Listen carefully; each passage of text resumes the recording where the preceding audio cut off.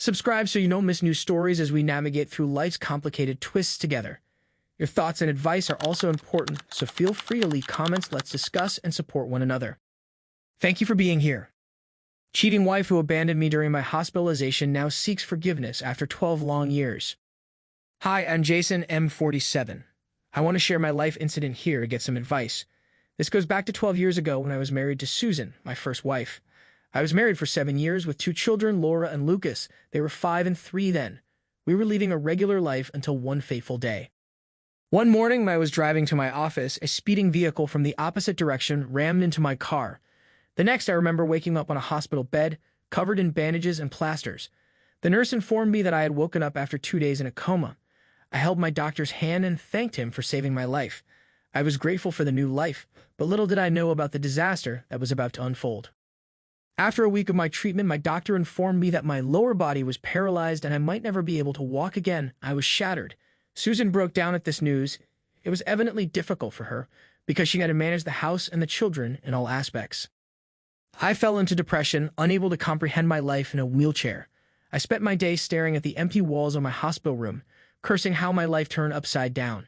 I dreaded how I would never be able to play soccer with my children, how I would never be able to dance with my wife, and I would never be able to be free again. To add to my miserable life, Susan stopped visiting me. In the initial days of my stay, she brought the children thrice a week. The moments I spent with my family were the only ones I lived for. But as the days passed, her visits became scarce. I pleaded with her to get the children to visit me, but she would say that the children didn't want to meet me so often. I felt hopeless. Then one day she handed me the divorce papers saying, "I definitely can't spend my life with a handicapped man.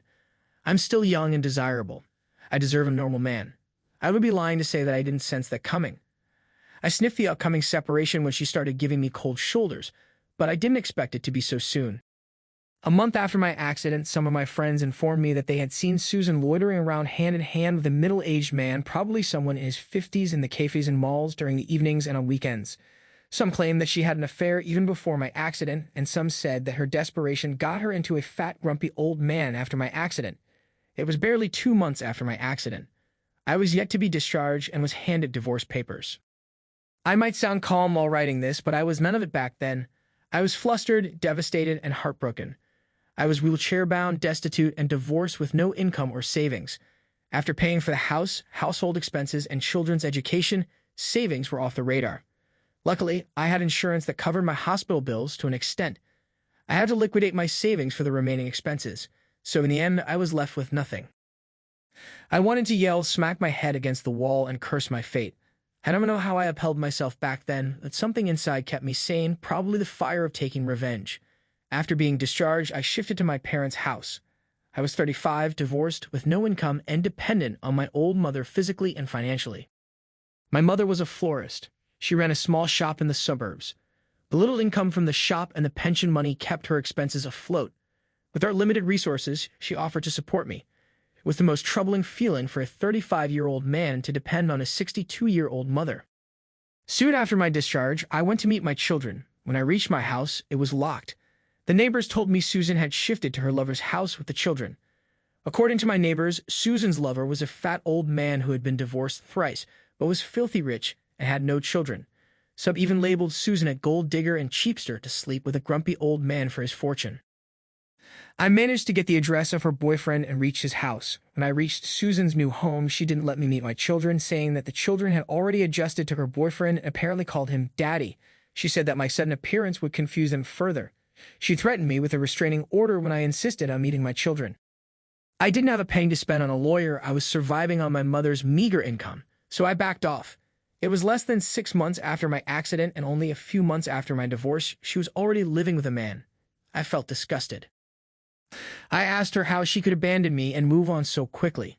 Immature, I know. I was a helpless, wheelchair-bound father. What else could I do? I pleaded with her for at least one chance to prove my worth. She belittled me, saying that I was a cripple and a burden in her life. I asked her if she cheated on me before the divorce because our divorce was settled a month ago and she was already living with her lover. She shooed me, saying that it was not my business and that I should never show my ugly face to her. I kept staring at her, contemplating my 7 years of married life with that woman who replaced me with another man in a few months. I left the place with teary eyes. I went back home feeling defeated by the humiliation. I cried like a 5-year-old in front of my mother, who consoled me. She motivated me to take charge of my life. I was clueless about my life. I was directionless. To start with, I joined my mother in her shop. I helped her make bouquets, serve the customers, and clean the shop. Soon I realized that the business had huge potential to grow. But my mother was too fragile to do it herself. I pulled out my old contacts to secure contracts with event management companies to supply flowers at the events. Gradually, I built a team and took contracts for venue decorations and eventually launched my own event management company. It took me 12 long years to rebuild my life for myself. My mother had my back all these while. She supported me and motivated me to bounce back. A year after my accident, I learned Susan was leaving the city with my children and her lover. I rushed to the house to meet my children, but they had already left by the time I reached.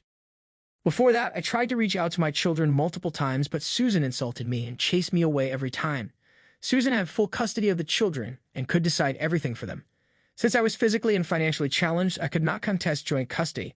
I couldn't challenge her restraining order because I was too broke to hire a lawyer. Whereas Susan had a wealthy boyfriend, I didn't know if he was already with her before my accident, and if not, how he suddenly appeared in Susan's life. All I knew was that he was a wealthy man with ample ancestral property. In the last 12 years, whenever I got any leads of my children, I traveled to meet them but failed every time. Susan threatened to get me arrested as her boyfriend had the money and contacts to get away with anything. P2, that man didn't marry Susan even after 12 years, although they lived together. A year ago, I finally filed for joint custody. I was waiting eagerly for my event management business to get stabilized. I filed for custody and finally managed to get 15 days. They are flying next week to my house. Although Susan did her best to object to my plea in court, I hired a good lawyer who presented my case well, and I got 15 days. Besides, my children are grown-ups now, and they were asked if they wanted to meet me and affirmed a yes. I know I can't compensate for the lost 12 years, but I wish to spend quality time with my children. As the time is nearing, I am feeling nervous and delighted at the same time. They are 17 and 15 now. I know teenagers are demanding these days. I hope that my children are not mean and toxic to the extreme. I don't know what stories Susan has told them in the last 12 years. And should I tell them the truth about their mother? I don't know. Do you guys have any suggestions on this? How do I approach them? I'm super nervous and super excited. Psychologist's opinion. Jason's journey is deeply emotional and full of trauma, what also shows resilience. It's normal to feel conflicted about the role of his ex-wife Susan in the children's lives. Here are a few insights on how to navigate this situation. 1. Focus on rebuilding trust. Children can feel conflicted after years of hearing only one side of the story. It's essential to focus on building a healthy relationship with them, showing that they can trust Jason as a father. 2. Open dialogue rather than blaming Susan for her actions or immediately confronting the children with truths. It might be helpful to let the children ask questions about the past and answer them with calmness and transparency. 3. Counseling. Seeking professional help, such as family therapy, could be beneficial for everyone involved. It will help address any underlying emotions and prevent any toxic dynamics from forming. 4. Take it slow. After 12 years apart, Jason should be prepared for this new relationship with his children to take time to grow. Expectations should be realistic and patience is key. 5. Be the bigger person. It may be tempting to dwell on the wrongs of the past, but focusing on creating positive memories with his children and avoiding negative conversations about Susan will go a long way in healing the family.